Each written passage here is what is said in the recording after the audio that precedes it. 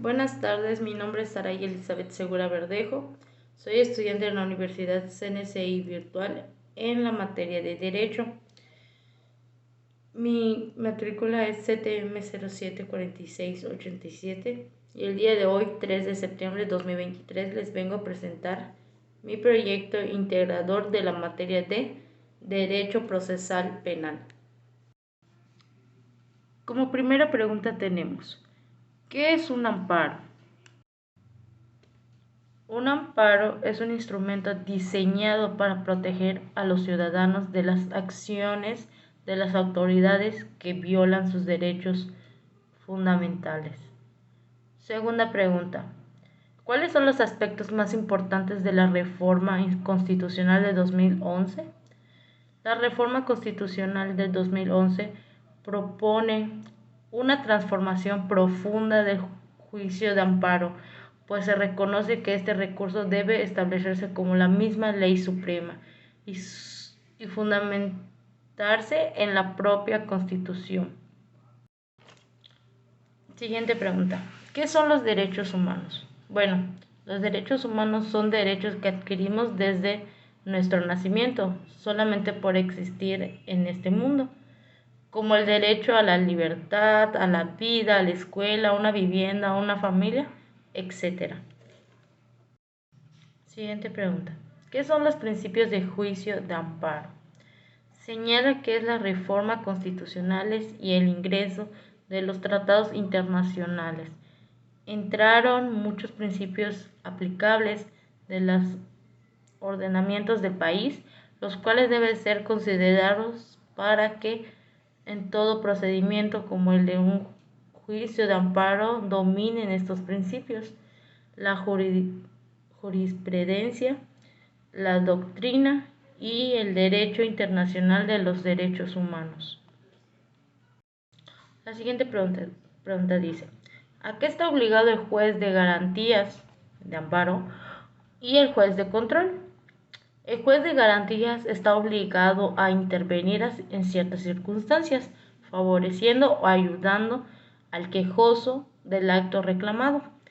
Y en caso de juez de control, tiene prohibido intervenir para suplir o ayudar sobre las deficiencias que tenga alguna de las partes.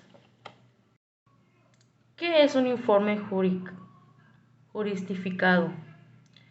Es de carácter obligatorio, tiene como objetivo que las autoridades respondan a la demanda de amparo, es decir, que a través de este manifiesten si son ciertos o no los actos reclamados por el quejoso. ¿De qué forma pueden decretarse las soluciones reclamadas y por qué?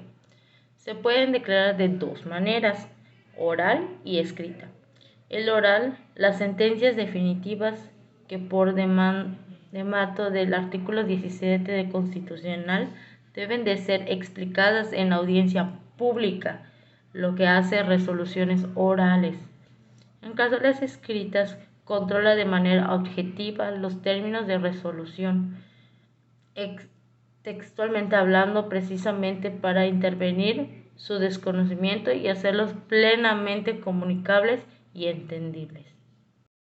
¿Cuál es el rol del tercero interesado en el juicio de amparo? Es la persona, hay que explicar que es la persona que interviene en un acto reclamado para que se le restituyan las cosas o bienes propios que le fueron dañados. ¿Qué es la suplencia de la queja?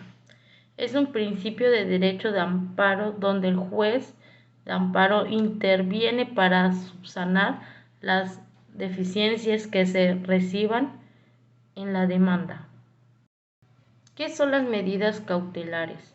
Estas encuentran sustento legal en el artículo 153 del Código Nacional del Procedimiento Penal, así como en el artículo 155. Específicamente en la fracción 16 se señala a la prisión preventiva como la última medida y la gravosa.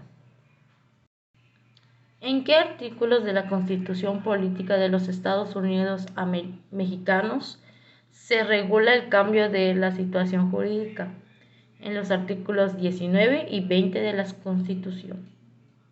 Como última pregunta tenemos, ¿en qué consiste la suspensión del acto reclamado?